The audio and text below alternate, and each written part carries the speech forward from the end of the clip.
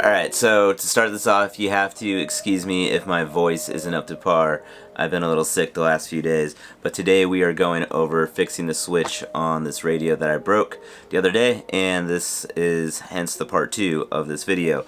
One other thing before we just dive into that, I get a lot of people asking me about this Boss Cam little screen right here, and basically the biggest question is, like, where do you get it and how do you attach it? So this is just one of those little Boss Cam watch screens. It has, I don't know how many channels exactly, but it goes through a big range of channels. If you can see here, just turn it on, you can flip through all your channels. It shows on, there's like a little LED screen on the bottom for like when you're flipping through all the channels.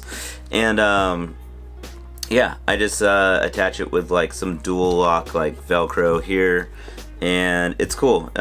If I need to quickly have a screen so I could check my camera setting, like for the focus or anything of the cam, if I put in a new lens, or if I just want to give this to somebody so they can view what's going on, whatever it may be. This is kind of just like a cool little thing. It's not the biggest, so it's not like the best picture, but it's enough to get by for a lot of things. And it's pretty cool. It's like a little cheap little screen that works pretty good, and you can pretty much see what's going on. But that's how I attach it, is with this. Other thing that I want to talk about is I get questions all the time about my, like, the neck strap right here, the balance strap, little holder thing, whatever you call it.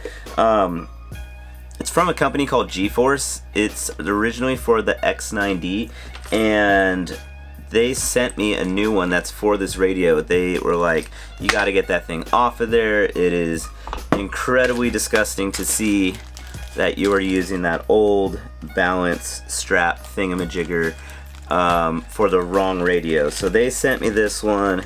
It's black. It matches. I'm trying to pull it out of the bag. 1 second here. It matches and everything, and you probably can't read it, but they were nice enough. They right here. I don't know. Let me zoom in. I don't know if you could see this. They engraved my name into it. That's so awesome of them. I think that was super cool that they did that, and yeah, I'm gonna be attaching this guy on here today while I have the radio open. So I'm not going to get into a whole bunch of b-roll about how to open a radio. There's 4 screws in the back. I'm just going to open it right now, and we'll get to changing out the switch that I broke. Alright, so we are in the mothership now. Let's talk switches really quick. So the problem with a lot of the switches that I've been finding that break really easily, if you could see, let's use one of these for example. If you could see in there, there's actually like a step down of the switch, and it's hollow, and what happens is when there's enough force on there, it could snap. I don't want to snap this one, but that's the problem. A little paddle switch like this, I found out, isn't too much of a problem, or the little short ones. And yeah, I do have a lot of just extra switches laying around because yeah, just taking apart old radios and whatnot. But the ones that I really do like, this is one we use in like the motorsports, like motorcycle industry and stuff, and it is like a barrel type of switch. As you can see, there's no step down or anything in there.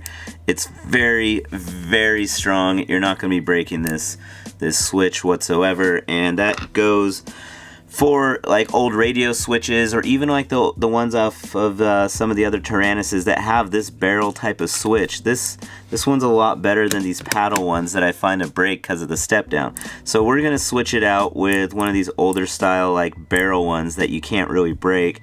And yeah, this one's usually I'd like to replace it with a shorter one just because I like not having big switches kind of hanging out.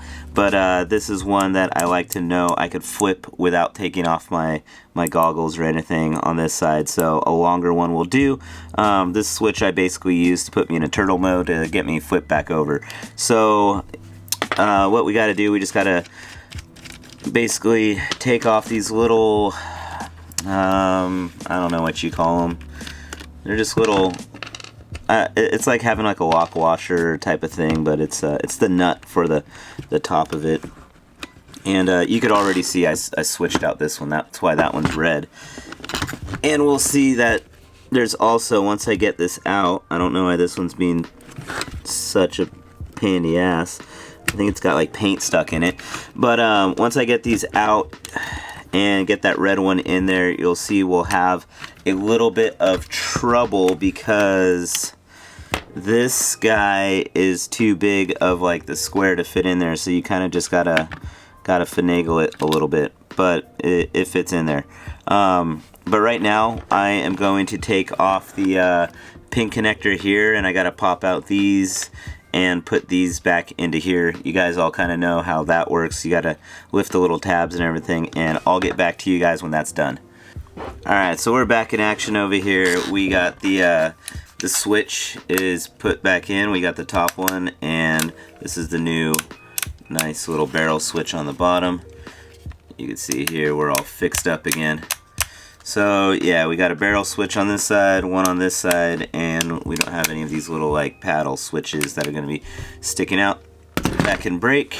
So with I guess that being said, if you want to use this video as reference, if you ever take this apart and you don't know which way is up with the switches, the yellow cable or the wire is always on top of the switches that are facing out, and the red one is always on these top switches, so that way you have the right orientation when you're putting it together. As well as if you take the pins out of here, if you're wondering, the little like disconnectors, if you have it pin side up, it always goes red, black, yellow across from left to right. So that way, you know, like I said, you could use this as reference, and make sure when you are pushing these back into here, just, you know, use gentle force. You don't want to force anything that is going to mess anything up with your board here, because that would end in a bad day. And if you got these little nice little clips here, put these back in, tuck everything on the side how it's supposed to be done, and make sure it's not clean so you're not binding anything into your gimbals, because that wouldn't be good also. And next we are going to remove these 4 screws here, along with this connector right here for the transmitter. This is like where you get the antenna transmitter and everything is up here, the module. So yeah, I gotta remove that, take this off, and then we can install this guy, the new little balance plate. Alright, so now that we got everything off of here, you can see we got a little nylock nut on here that we need to take off. I believe it's a 7 mil. Feels like a 7 mil. I'm over here at the shop, so I got a bunch of tools I could kind of go through. That's why I pretty much work on everything over here.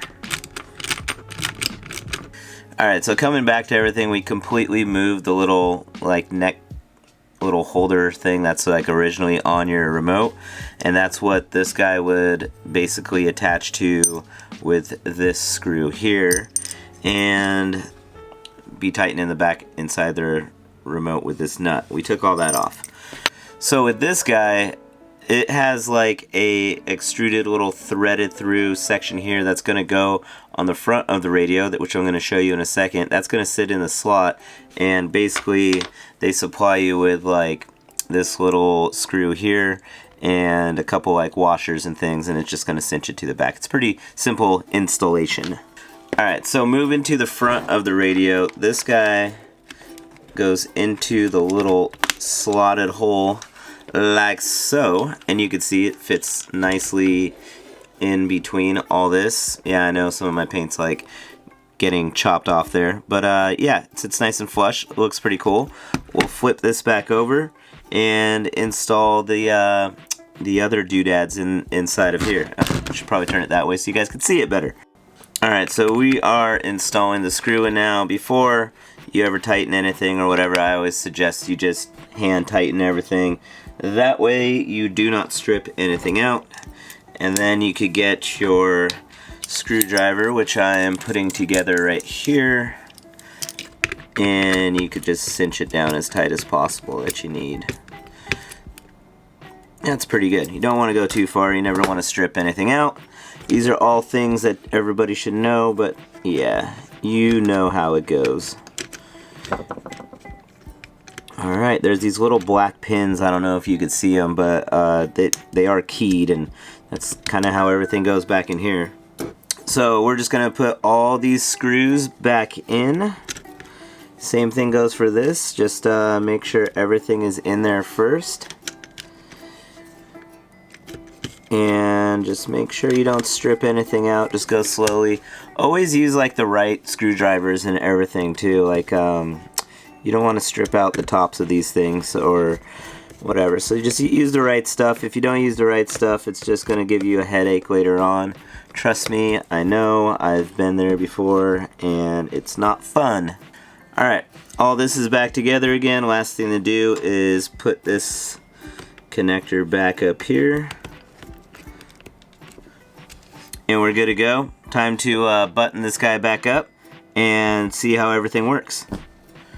Alright, got the G-Force little neck balancer strap put in there, and I gotta say, I mean, it's pretty badass. You can see how they did it where it fits in the slot. It's nice and flush with the little angle you got here on the radio. And yeah, it does look a hell of a lot better. So thanks G-Force.